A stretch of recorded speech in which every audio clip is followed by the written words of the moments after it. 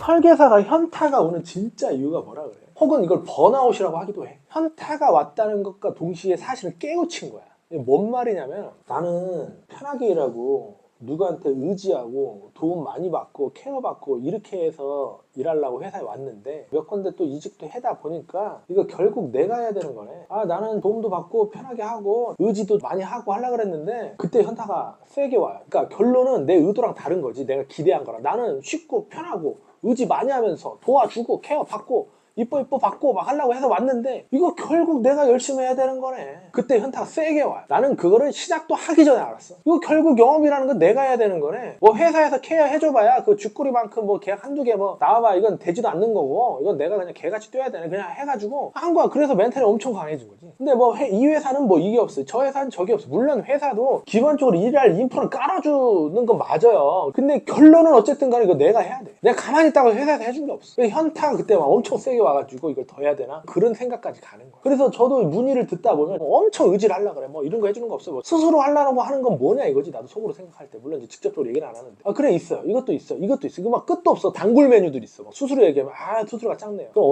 어느는 수수료가 커요. 얼마예요? 몰라. DB가 좋대. 아, 여기 DB 좋아요? 그럼 어디가 좋아요? 그거 어디예요? 그럼 내가 다 아는데. 그러니까 설계사들이 현타가 오는 거는 반대로 얘기하면 이제 현실을 이제 알았다. 그럼 여기서부터 출발하는 거야. 근데 이런 얘기하면 다 도망가 버려. 아니, 나는 의지하려고 그랬고 난 부족한 게 막 신인이고 해가지고 근데 그 정도 또 케어하는 건 다 있지 또. 근데 결론을 얘기하는 거야, 결론. 아무리 도와주고 해줘도 결국은 본인이 해야 되는 거야. 내가 자포자기하면 어렵다. 허구를 믿지만 사람 지혜가 있다. 아까 무지개 얘기도 했지만 이쪽 일도 있잖아요. 이 허구를 잘 믿는 경우가 많아. 여러분들 이제 돈 내신 분도 있잖아요. 그거 다 돌려드릴 거예요. 다 드릴 건데 후기는 하나씩 쓰세요. 나는 항상 급이 다른 거를 좀 지향하기 때문에 요새 강의가 정상적인 강의가 없어. 그러니까 말이 안 되는 법인 영어 강의 막 600만 원, 막 250만 원. 그 돈 뽑겠어? 제일 중요한 건 뭐냐면 지 것도 아니야. 어서 들은 거 주저리 떠드르는 거고 누가 봐도 본인도 못하고 있어. 소화도 안 되고 있는 것들을 그런 식으로 팔아먹더라고. 그래가지고 내가 그래도 보만세에서 운영진으로서 이제 대표를 하고 있는데 나마저 그러면 안 되잖아. 그죠? 본질을 최우선으로 알려주고 이런 허구를 믿는 사람을 세상을 밝게 볼 수 있는 이 빛을 좀 주고 싶은 건데 우리가 인류가 그러니까 사람이란 말 안에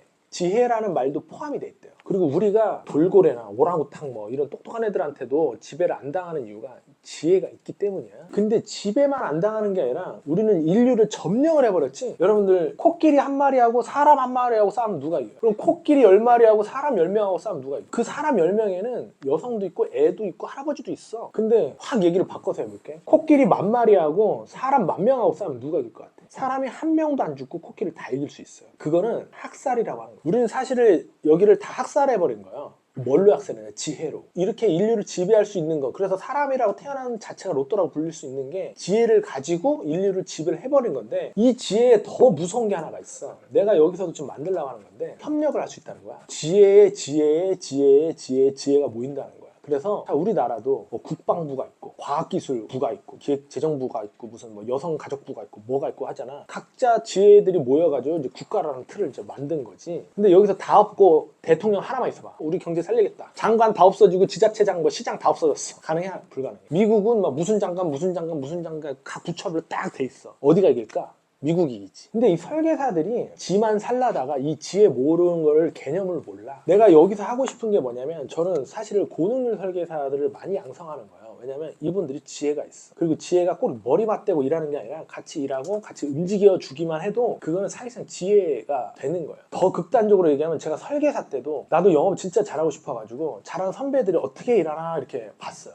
뭘 봤냐? 진짜 걷는 거라도 봤어. 근데 일 잘하는 사람하고 잘하는 사람들은 걷는 것도 자신감이 있어. 일 못하는 사람은 걷는 건 또 달라. 자동문인데도 이상하게 그 문소리가 이상하게 들려. 그런 식으로. 내가 뺏어 먹으려고 그러면은 10명 만나도 다 뺏기만 하려고 그러니까 그게 유지가 안 되는 건데 좀 내놓게 만들려고 좀 하는 게 있어. 근데 그 내놓는 게 뭐 진짜 돈 뺏어간다 이런 건 아니고 그냥 이런 개념만 서로 알고 지혜가 모이면 우리는 아주 울트라급이 된다라는 건데 내가 거의 한 반은 해놓은 거예요 사실은. 우리 지점장님들이 되게 지점을 잘 운영을 잘들 하고 계셔. 거의 내가 손 안 댈 정도로. 그다음 우리 총무님들도 자기네들 알아서 해. 안에 총무 부서가 돼 있는 거야. 지금 6명이나 있고. 가끔 리크루할 때 보면 이런 게 있어요. 영업을 좀 하더라고. 근데 왜 이직을 하세요? 그러면은 우리 조직은 뭐 나누는 게 없대. 물어봐도 안 가르쳐주고 그거는 좀 위에서 컨트롤 잘못한 거야. 나누게끔 해야 되는데 다만 강제로 너 이렇게 무조건 가르쳐 이렇게 할 수는 없잖아. 그러니까 소통 창구를 만들어야 돼. 그래가지고 내가 좀 행사를 많이 만들어. 한 달에 한 번 식사를 한다던가 뭐 어디 놀러를 간다던가. 애엄마들이 좀 못 가가지고 내가 그게 아쉬운데 여행 갔다 오면은 몇 개 좀 무기 장착해 오더라고 또. 그러니까 여행 가는 자체가 업적 대비 가기 때문에 아예 일 못하는 사람은 거의 없어요. 그럼 뭐 방에서 막 처음 만났는데 뭐 같이 일해도 거의 처음 보는 사람 많아. 거기서 뭔가 배워가지고 무기를 갖고 들어오고 또 다음에 또 무기를 갖고 들어오고 이런 형상이 벌어지면서 이게 자기 업적도 올라가고 꽉 막혔을 때 좀 풀리기도 하고 그렇게 되는 거야. 사람은 지혜를 믿으면 돼. 허구를 믿지 말고 내 지혜를 믿고 그걸 협력까지 한다? 집단 이기심이랑 개인 이기심이라는 개념이 있어요. 이게 뭐냐면 인간은 누구나 개인 이기주의가 좀 더 발달돼 있지 내가 먼저 잘 살고 싶잖아. 근데 재밌는 거는 집단 이기심이 없이는 개인 이기심이 존재를 할 수가 없어. 우리나라에서 지금 대한민국이라는 국가가 없다 쳐. 여러분 이렇게 살 수 있을 것 같아. 물론 이제 회사라든가 이동할 수 있겠지만 이 간판이 없어졌어 그냥 아예. 그럼 갑자기 뭐 이 정도 매출을 친다거나 물론 그런 사람도 있겠지만 거의 대부분 직장 형태로 있는 경우가 많기 때문에 내가 원래 하던 것만큼 못할 가능성이 굉장히 높다는 거야. 그래서 집단이 잘 돼야 그 속한 국민, 기업들 이런 게 잘 되는 거예요. 그렇게 돼 있는 거예요. 그냥 나만 살겠다고 하고 뭐 나라가 어쩌든지 저쩌든지 물론 나도 세금 내는 거 아깝고 진짜 좀 하다 보니까 무슨 막 세금이 막 1억씩 나가고 막 그래 버리니까 이거 뭐야 이거 뭐 내 돈이 없네 막 이렇게 되거든요. 그래도 어떡해 내가 국가의 인프라로 뭐 온라인을 활용해서 뭐를 활용해서 여기까지 온 거잖아. 내가 무슨 팬티 하나 입고 여기서 와가지고 이렇게 온 게 아니거든. 그럼 내가 벌었으면 좀 써줘야 되는 거고 그 돈은 물론 이제 어떤 예산이라는 게 참 딱 맞게 쓰는 경우는 없지만 그래도 좀 풀어줘야 돼. 진짜 재밌는 얘기 하나 해주면 여기 들어오다 보셨는지 모르겠는데 IC 들어오다 보면 다리가 3개가 있어요. 나도 몰랐는데 여기 육교 하나 짓는데 돈 얼마 들어가는 줄 알아요? 45억 들어가요. 근데 그게 50m짜리로 3개가 있어. 그러니까 처음부터 하나 지면 될걸. 저쪽에서 뭐라고 한다 하나 짓고 여기서 뭐라고 한다 짓고 여기서 또 뭐라고 한다 3개를 만들었어. 50m 사이로. 근데 처음부터 하나 지면 이게 쓰잘데기 없는 돈 쓴 거거든. 괜히 돈 100억 나간 거고 어려운 사람 도와줬으면 차라리 낫지. 그런 식으로 뭐 낭비하는 경우도 있어. 그러니까 내가 그런 걸 좀 안 하려고 하는데 이건 좀 지혜가 없어서 그러는 거야. 먼저 이제 날뛰고 그런 사람한테 이제 해줘서 그런 건데 여러분들도 이제 돌아가시면은 내가 왜 출근해야 되는지를 이제 좀 인식을 해야 돼. 여러분 집에 있으면 일 안 돼 사실은. 회사 가서 뭐라도 하나 해야 돼. 영감이 여기 와서 생기는 거고 하다못해 걷는 거라도 보고 뭐라도 하게 돼 있는 거야. 빅스토리를 만들어라. 이건 뭐냐면 여러분들 각자 얘기를 들어보면 막 다 인생이 기구해. 여기까지 온 사례들이 만만치 않아 막 다. 근데 재밌는 게 뭔지 알아? 우리 영화가 스토리잖아 결국. 영화가 막 깨고 부시고 막 액션만 봐? 스토리 없이? 그리고 이런 말도 할 사람이 있어. 내 인생은 영화로 만들어야 돼. 난 이렇게 생각해. 물론 영화를 뭐 찍겠다 이런 개념이 아니라 사람이 크게 되려면 빅 스토리가 있어야 돼. 이건 누가 봐도 스토리 자체도 급이 달라야 돼. 물론 작은 게 합치면은 큰 스토리가 되기도 하지만 빅 스토리가 돼야 되는데 예를 들면 저 같은 경우는 저는 빚이 있었고 보험하면서 상환을 했고 내 고객이 사고로 사망을 했는데 자살로 위장이 돼가지고 그거를 내가 SBS 막 KBS 방송국에 다 또 방송을 내가지고 그게 결국 상해 사고로 인정을 받아가지고 보험금 다 지급이 됐고 미얀마 대사관에서 어떻게 한국 사람이 저기 자국민을 이렇게 도와주냐 그래서 강의를 했다가 내 와이프를 만났고 와이프는 또 알고 보니까 유엔 직원이었고 고학력자이면서 지금 돌아가도 최상류층에서 바로 살 수 있는 사람이거든요. 그러면서 그 과정에서 빚도 상환을 하고 나도 재산이 쌓이기 시작을 했고 지금 아기도 낳았어요. 그럼 나는 내 인스타에도 뭐라고 써놨냐면 나는 여기까지만 해도 너무 과하게 얻고 결혼 자체를 생각 안 했던 사람이기 때문에 빚 2억 있고 망한 주제에 무슨 결혼까지 욕심을 어떤 여자가 나한테 결혼을 하겠어요. 맞잖아. 그리고 결혼한다 그래도 나도 자신 있게 그럼 나랑 결혼해주세요 말 못했을까? 왜? 기댈 수는 없고 내가 먹여 살려야 되는데 빚만 있는 사람이 어떻게 먹여 살리겠어. 근데 아기까지 낳고 버젓한 회사가 있고 굶어 죽지 않을 정도의 재산이나 어떤 자신감 이런 것까지 다 있다 보니까 더 이상은 보너스라고 생각하고 나머지는 다 환원하겠다는 거야. 이게 굉장히 큰 빅스토리거든. 이걸 좀 더 디테일하게 얘기해버리면은 좀 따라오기 쉽지 않은 스토리라는 거야. 근데 다 삶의 기구하고 하지만 그게 남이 들었을 때 뭐 좀 몰입이 좀 덜 되는 이런 정도 수준일 수도 있어요. 근데 이거를 이런 것처럼 포장을 해도 된다고 생각해. 우리가 본질이 변하지 않은 상황에서 제품을 좀 포장하면 좋거든요. 뭐 예를 들어서 에르메스 백인데 나이키 2만원짜리 백 들었으면 사기당한 거 같잖아. 근데 에르메스 백에 에르메스가 들어갔으면 상관이 없단 말이에요. 그런 식으로. 다만 나이키 백을 선물할 때는 한 100원짜리 종이 가방에 주지만 에르메스 백에 선물할 때는 깍에다가 그 깍 안에 무슨 천에다가 그 깍 위에 또 천을 덮는 거에다가 봉투에 또 리본을 또 달잖아. 뭐 이런 식으로 주잖아요. 그러니까 기대감이 큰 거고 본질이 더 빛나고 더 가치 있어 보이는 거지. 이런 식으로 좀 포장을 해도 되는데, 자 봐봐, 성공한 사람들이 책을 써요. 책을 보면 참 저런 환경에서 저렇게까지 했구나 하는 빅 스토리들이 다 있어. 누구나 다 절망하고 망해도 진짜 욕 한마디도 안 먹어 정도의 스토리지만 그거를 저렇게 해내왔네? 뭐 이런 게 있어. 와이프가 그런 얘기를 해요. 내가 저거를 안산 살 때인데 퇴근하면서 거의 6개월 동안 이틀에 한 번 정도는 꼭 보고 갔어요. 근데 내가 김승호 회장님한테 영감을 많이 받아가지고, 자기야, 김승호 회장님은 돈도 하나도 없는데 저 가게를 내 거로 만들겠다 하면서 맨날 쳐다봤다더라. 근데 나도 저거 쳐다보고 있으면은 내 거 되지 않을까? 어쩔 때는 와이프를 내가 데리고 갔어. 나 왜 데려와? 여기 와. 막 그때 막 공사하고 있었거든. 우리 와이프도 되게 긍정적인데, 빨리 가자. 그래가지고, 자기야, 나 좀 뒤로도 좀 가. 뒤로는 또 왜 가냐? 그래. 막 뒤로도 가고 막 무슨 내 건물처럼 막 샅샅이 막 들어가고, 그리고 저기가 처음에 사람이 못 들어가요. 중 떨어지기 전에는 테이프 같은 걸로 쳐져 있는데 막 들어가고 막 그랬어요. 근데 요새 들어서 하는 얘기가, 그렇게 퇴근하기 전에 저거 쳐다보더니 결국 이 감탄이라는 걸 그래도 갖게 됐네. 자기가 책 보면서 뭐 같은 거 영감 많이 받는데, 참 실전에서 이뤄낸 사람 보면 내 남편이면 되게 신기하다고 얘기를 하는 거야. 그리고 편의점 할 때도 있잖아요. 내가 멀쩡히 영업 잘하고 있었어요. 사실은 편의점은 사실 할 생각이 없었는데, 내 고객 가게예요. 가게가 아니라 상가지. 근데 코로나 때 공실이 나가지고 내가 예전에 한번 빼준 적이 있어요. 내 고객이랑 연결 한번 해봐가지고 이런 걸 좀 하세요 해가지고 밥집을 해준 적이 있는데, 그때 생각해서 그런지 한 번 더 이걸 좀 해달라는, 근데 느낌에 이건 못 빼. 근데 왠지 내가 하면 될 것 같아. 앞에 공사하고 있고, 막 우리 건물은 다 지어지는데 충의역 앞에 공사하고 있었는데 안 끝나? 구청, 시청, 국가에서 하는 공사는요 되게 길어요. 이거 얼마예요? 그러니까 1억에 400이래요. 잘해주시면 안 돼요. 그러니까 그럼 5천에 300을 내래. 3천에 250 해주시면 하겠다. 안 맞는다는 거야. 그래가지고 대신에 내가 계속 일을 하지 않겠다. 나도 그 얘기 하려고 그랬대. 너 계속 일하면 안 된다. 나중에 권리금 받고 나가고 제대로 월세 받게 해달라 그러는 거예요. 그래서 했어. 근데 내가 편의점을 해봤냐고. 그래가지고 유튜브로 막 쳐다보지. 편의점은 또 책도 없어요. 대부분은 뭐 이러면 잘해요, 저러면 잘해요, 뭐 진열을 잘해요, 뭐 이렇게 하잖아요. 근데 어떤 그 편의점 주인이 이 얘기하는 거예요. 자기는 처음에 편의점 하기 전에 무조건 그 건물에 쓰레기통부터 뒤진다는 거야. 그리고 거기 오피스텔인데 한 500가구 중에 반의 반도 안 찼을 거야. 쓰레기통 막 뒤지기 시작했어. 엄청 나오는 거 막 술이랑 막 해가지고 엄청 나오는데, 근데 거기에서 편의점을 가려면 한참 가야 돼. 한 150m 정도? 근데 내가 그걸 열은 시기가 언제냐? 겨울이야. 근데 겨울에도 이거 먹으려고 저렇게 돌아다닐 정도면 이거 봄에 열면 되겠다. 그래가지고 이걸 내가 4월로 잡고 문을 열었어. 어떻게 됐을까? 잘 됐지. 편의점만 가지고 1억 먹었어. 1년 6개월 만에. 내가 직원들한테 얘기했어. 야, 내가 솔직히 나도 편의점 잘 모르는데 깨끗하게만 해. 정리전도 깔끔하게 깨끗하게만 해라. 나 다른 거 안 바라겠다. 니네들이 뭐 장사를 하겠냐 뭘 하겠냐. 진짜 깔끔하게 했어. 정말 한 명 들어오면 바로 닦고, 그 다음에 눈 오면 난리가 나요. 한 명만 들어와도 바로 닦아야 돼. 근데 우리 편의점이 잘했어. 그래서 그거를 사간 사람이 누군 줄 알아요? 알면서 비싼 돈 주고 사갔어요. 편의점 10개 하시는 분이 사갔어요. 보통 깎아가야 되는데 이 정도로 관리를 하는 사람 처음 봤대. 그래서 이 정도는 자기가 줘도 아깝지 않다고 하더라고요. 그러니까 원래 권리금보다 더 쳐준 거나 마찬가지인데 지혜로 일을 해야 돼. 편의점 하다 하더라도 남들이랑 스토리가 달라. 편의점 지금도 있잖아. 여러분들 하려면 해도 돼. 권리금 한 500, 1000밖에 안 돼. 다. 내가 1년 6개월 만에 7천을 받았는데 이게 3년 정도 원래 해야 돼. 왜냐면 3년 데이터가 나와야 권리금이라는 거는 이제 순수익을 가지고 해주는 거잖아. 근데 그분은 더 잘했어. 왜냐면 내가 약한 면을 알고 있었더라고. 이벤트를 막 때려버리더라고. 그래 아예 그 근처 편의점 다 죽이려고. 남들이 안 하는 이벤트를 막 때리더라고. 근데 나는 그걸 아예 몰랐던 게, 본 사람 얘기해서 하면 좀 되는 게 있더라고. 난 몰랐어 그거. 해주는 데만 하고. 그러니까 내가 아는 지혜만 써먹은 거지. 아까 각자 인생 기구하고 뭐 내가 어쩌고저쩌고 하고 막 하잖아요. 그리고 딱 얘기가 있었을 때 상대방 별로라고 생각하면 실망하지만 뭔가 특별하고 누가 봐도 빅스토리가 좀 있어야 돼요. 여러분 지금 얘기하는 게 다 끄덕끄덕 하잖아. 내 보험 얘기, 편의점 얘기한 거 등등등 이런 게 한 10개 돼. 그러니까 여러분들 고객 앞에서 얘기했었을 때 얘는 좀 다른 거다라는 거를 좀 어필할 수 있어요. 고만고만한 사람이 아니야. 하이고 90%가 아니야.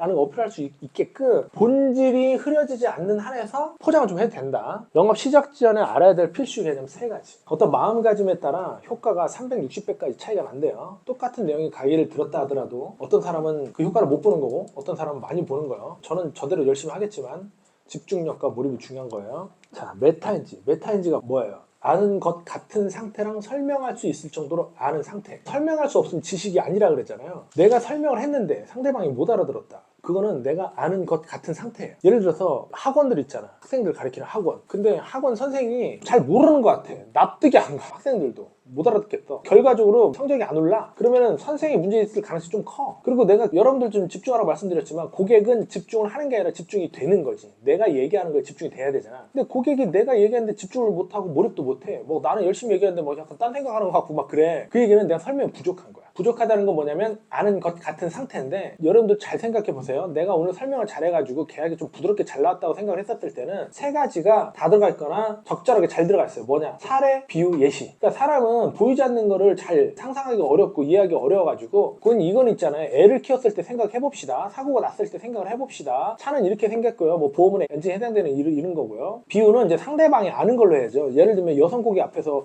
고객님 우리 군대 있을 때 있잖아요. 이렇게 하면 말이 돼야 안 돼. 여성이 알만한 걸 가지고 비유를 들어야 되는 거고, 예시도 사실 마찬가지인 거고. 그리고 사례 같은 경우는 여러분들이 이제 보상 이력이 좀 많으면 많을수록 자신감이 좀 많이 생기거든요. 마음도 좀 뿌듯하고 보람도 생기고. 이런 실질 사례, 예를 들면 이제 설계사님들도 어느 회사를 갈까 했었을 때 실제로 누가 와서 잘 됐다 그러면 거의 혹해서 좀 넘어가는 경우 많기 때문에 이 실질 사례를 좀 많이 들어가야 되는데, 내가 고객님을 설득시킬 정도로 하려면 뭐든지 좀 배울 때 똑바로 배워야 돼. 그러니까 여러분 아침 조회 들을 때도 그냥 이러고 듣잖아. 대충 아는 거 뭐 똑같은 게 또 하겠지. 뭐 삼성 팔아달라는 거지, 뭐 캡이 팔아달라는 거 하잖아요. 아무리 그래도 있잖아요, 한 달에 한 번밖에 조회를 안 하는데 똑같은 거 하는 지점장은 내가 거의 못 봤어. 하다못해 다른 회사라도 까거나 화법이라도 뭐가 나와요. 어설프게 알지 말고 설명할 수 있을 정도로 확실히 알으라는 거. 그 다음에 인지적 구두쇠, 이거는 되게 중요하게 생각하는데, 자 봐봐요. 사람은 생각하는 동물이에요, 아니에요? 근데 생각을 좋아하는 동물이에요? 생각을 싫어하는 동물이에요? 그렇지. 복잡한 거는 생각하기 싫어하는 동물이에요. 생각하는 동물은 맞는데 복잡한 거 생각하기 싫어해. 근데 복잡한 거를 단순화시키는 사람만 돈 벌어요. 뭐를 깔끔하고 단순하게 설명은 제 설명 잘했다 이런 말 많이 하잖아요. 근데 그걸 복잡하게 설명을 해봐. 안 되는 거죠. 사기꾼들의 특징이 뭐냐면은 일을 막 복잡하게 만들어요. 그래서 지가 사기 안 친 것처럼 막 이렇게 물타기를 막 자꾸 하는데 테크닉을 써먹는 거지. 그 의사가 돈을 왜 많이 벌어? 변호사가 돈을 왜 많이 벌어? 복잡한 거를 자기가 치료라는 단순한 걸 하는 거고, 변호사 같은 경우는 여러 가지 법리 검토를 해야 되지만 내가 이 사건에서 법리에 맞게끔 내가 변론을 단순하게 하니까 그게 되는 거예요. 반대로 얘기하면 여러분들 생산자라면 이해를 다 해야 돼, 사실은. 그래서 메타인지가 중요한 거예요. 어려운 것도 이해해서 설명할 줄 알아야 돼. 예를 들면 아까 직업하고 직장 얘기했잖아요. 이제 직업 설명할 수 있겠어, 없겠어? 그렇죠. 이 정도는 설명하는 게 바로 메타인지.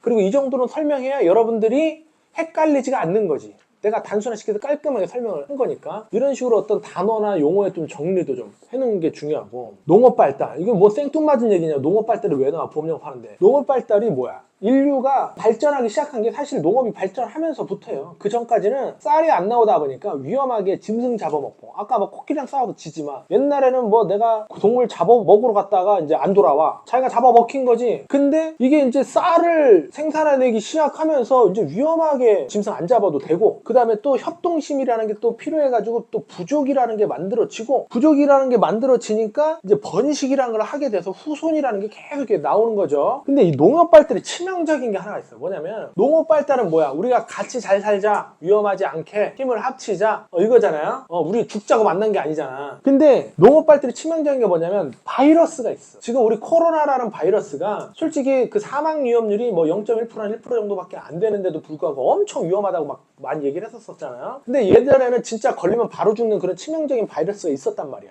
근데 원래는 우리가 안 모여 있었으면, 내가 오염을 안 받아가지고 내가 안 죽었는데 다 같이 먹고 잘 살자고 우리 쌀 생산하자 그래가지고 모여 있다가 다 죽어버린 거야. 그리고 옛날에 사진 보면 집단으로 사망한 사진들이 다 그런 거예요. 어떤 바이러스가 다 죽었다. 이게 똑같은 건데, 자, 사회에 나왔다는 건 뭐냐면 여러분들도 똑같이 농업 발달처럼 우리가 위험하게 살고 싶지 않고 힘을 합치고 나도 여기서 배우고 도움도 받고 그렇게 왔는데, 이 사회에서도 바이러스가 있는 거야. 나의 몰입을 깨고 쉽게 일하고 싶은 동물적인 기제를 더 강하게 만들고, 부정적인 사람 있고, 얼마나 부정적이냐면 막 김연아, 박지성도 다 욕하는 그런 사람들. 대단한 사람들이에요. 아무리 좋은 것도 그 사람 앞에만 갖다 놓으면 무조건 부정적이야. 우리가 솔직히 말하면 보험 설계사라는 게 진입장벽이 높아, 낮아. 그래서 다양한 사람들이 들어오니까 바이러스들이 같이 껴들어오는 거지. 그걸 내가 아까 술 먹는 사람, 뭐 불륜 저지르는 사람 구별해내는 거야. 그래도 이 항체들도 내가 이런 교육을 통해서 항체들을 얘기를 하는 거야. 그러면은 부정적인 사람이 있으면, 예를 들면은 야, 너는 생각 잘못한 거야. 영업하려면 그런 마인드 가지고 하면 안 돼. 이런 식으로 전파를 해서 항체가 만들어지는 거예요. 그럼 여기가 이제 강화가 되는 거지. 근데 그런 바이러스들은 아까 뭐라 그랬어? 인정이나 반성을 한다 그랬어? 안 한다 그랬어? 안 하지. 그래서 인연을 끊어야지. 이런 식으로 이게 내가 장난같이 얘기했잖아. 농업발달 피해 다니는 게 여러분들 되게 중요해요. 딱 얘기해가지고 부정적인 사람이랑 더 이상 얘기하지 마. 걔 죽든지 말든지 혼자 죽으라 그래. 얘는 바이러스네. 아니 말을 해도 인정이나 반성을 안 하네. 말귀를 더럽게 못 알아듣고 답답하네. 그러면 그냥 적당히 보내. 아니면 나한테 넘겨. 보통 본부장이 한마디 뚝 하면 휘저 나가더라고. 최고 좋은 방법이지. 그래가지고 나는 진짜 과감하게 하면 감탄이 100명이면 100명 다 내 식구고 내가 진짜 내 딸처럼 더 소중한 존재지만 그 중에 2명이 이런 바이러스 형태로 있다 그러면은 그 2명은 감탄이 아니에요. 내가 나머지 사람들 위해서 제거를 해주지 않으면 오염이 돼. 내가 김승호 회장님 아까 잠깐 얘기했지만 김승호 회장님 책에 이런 내용이 있어. 일 못하거나 마인드가 잘못된 사람은 빨리 자르라는 거야. 왜 그러냐면 걔가 다른 사람을 오염을 시켜가지고 원래는 1명 자를 걸 잘못하면 2명 자르게 된다는 거야. 자, 멘탈 나가지 않기 위해 준비하는 멘탈이 일하다 보면 있잖아요. 멘탈 나간다 이런 말 하잖아요. 이게 참 재밌는 게 있어요. 멘탈 나간 게 사실 착각이야. 가끔 이런 경우가 있어. 이 팀장님들이 요새 내가 멘탈이 나갔대. 그거 어떻게 해야 되냐. 그래가지고 좀 본부장님 얘기했으면 좋겠대. 그래가지고 얘기를 해. 한 30분 얘기해. 그래가지고 갑자기 멘탈이 좋아졌대. 뭔 말이야. 뭐 30분 만에 어떻게 멘탈이 좋아져. 그러니까 이 사람은 내가 나갔다고 착각을 한 거야. 예를 들면 거절당했어. 그러면 이때쯤면 내가 멘탈이 나가야 돼. 뭐 이런 신호가 있나 봐. 아니 거절 10번 당해도 멘탈 안 당하려면 얼마나 안 나가는데 거절당했고 안 좋은 일 겹쳐가지고 집안에도 뭔 일이 생기고 뭐 때문에 못 나가고 어머니가 한 명하고 뭐하고 나도 솔직히 핑계대고 안 나올 것 같으면 막 줄을 섰어요. 핑계가. 내가 이런 얘기까지 했어요. 여러분 피곤하다 힘들다 어렵다 이런 말 할 때 있잖아요. 옆에 사람이 피곤하다 요새 일 안 돼 막 힘들다 막 이런 얘기를 하는 거야. 내가 봤을 때는 피곤할 정도 일을 안 하는데 뭐 때문에 피곤한 거야? 뭐가 힘든 거야? 피곤하다는 거 일을 많이 해야 되잖아. 뭐 매출 40도 못하는데 왜 피곤해? 뭐가 힘들고. 그리고 나는 업적을 훨씬 많이 했죠. 근데 내가 순간 이 생각을 했어. 그래? 그럼 피곤한 건 내가 피곤해야 되는 거 아니야? 내가 맨날 몇 방을 뛰고 서울 시내 경기도만 돌았는데 300km씩 타고 진짜 허리가 끊어질 것 같이 올라오고 막 하는데 피곤하다 힘들다 이런 생각을 내가 안 했는데 순간 생각해보니까 피곤하다 힘들다를 까먹은 거야. 너무 바빠가지고. 그래서 내가 속으로 어떤 생각을 했냐면 야, 너 참 이제 보니까 여유가 있구나. 아니 어떻게 피곤하다 힘들다는 거를 그 정도 해놓고 말이 나오지? 야, 나도 진짜 피곤해봤으면 좋겠다.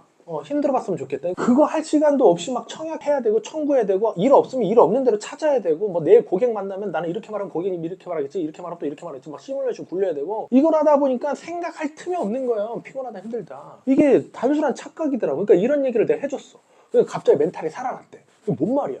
그러니까 원래 멘탈은 나가고 들어오는 게 아니야. 그냥 내가 순간 나갔다고 그냥 합리화시키고 착각하는 거더라고. 그냥 몇 개 깨지는 거. 그 멘탈 나간 거야? 아니라고. 그럼 그거대로 하는 거예요. 뭐 가끔 2달 공들였는데 막 말도 못할 상황을 깨지고 그러잖아요. 그것도 그냥 착각이라 생각하고 다음 거 해야 돼. 그리고 제가 우리 지점장님들 설계사님들도 항상 얘기하는 게 잡아봐요. 우리는 12월에 1억 3천 했어요. 그리고 지난달에 한 6천만 원 좀 넘게 했어. 망한 거지 솔직히 얘기하면. 근데 어떠라고 지났잖아. 그래서 그럼 나는 멘탈 나가 있어야 되네? 뭐가 되는데? 그리고 내가 멘탈 나가면 솔직히 나를 위로해주는 사람이 있을까? 내가 알아서 해야 되지? 없잖아. 그러니까 나는 멘탈이 뭐 나갔다 힘들다 뭐 이런 거 있으면은 이게 내가 또 좀 착각을 하고 있구나. 봐봐 아까 그랬잖아요. 진짜 빚만 있던 사람이 30억 벌다가 10척으로 재산이 빠지니까 막 힘들다 막 멘탈 나갔다 이런 얘기를 하잖아. 실제로 나간 거 맞냐고. 빚만 있던 사람이 17억이 있는데 맞잖아. 그냥 자기가 착각을 하는 거야. 멘탈 나갔다고. 그러니까 30억에서 재산 반토막 나니까 멘탈 나간 느낌이 나지. 그건 착각이야. 멘탈 나갈 걸 준비하는 멘탈은 멘탈 나갔으면 난 이거 착각에 빠진 거다. 그냥 정상으로 돌아와야지. 그냥 이게 다야. 별거 없어.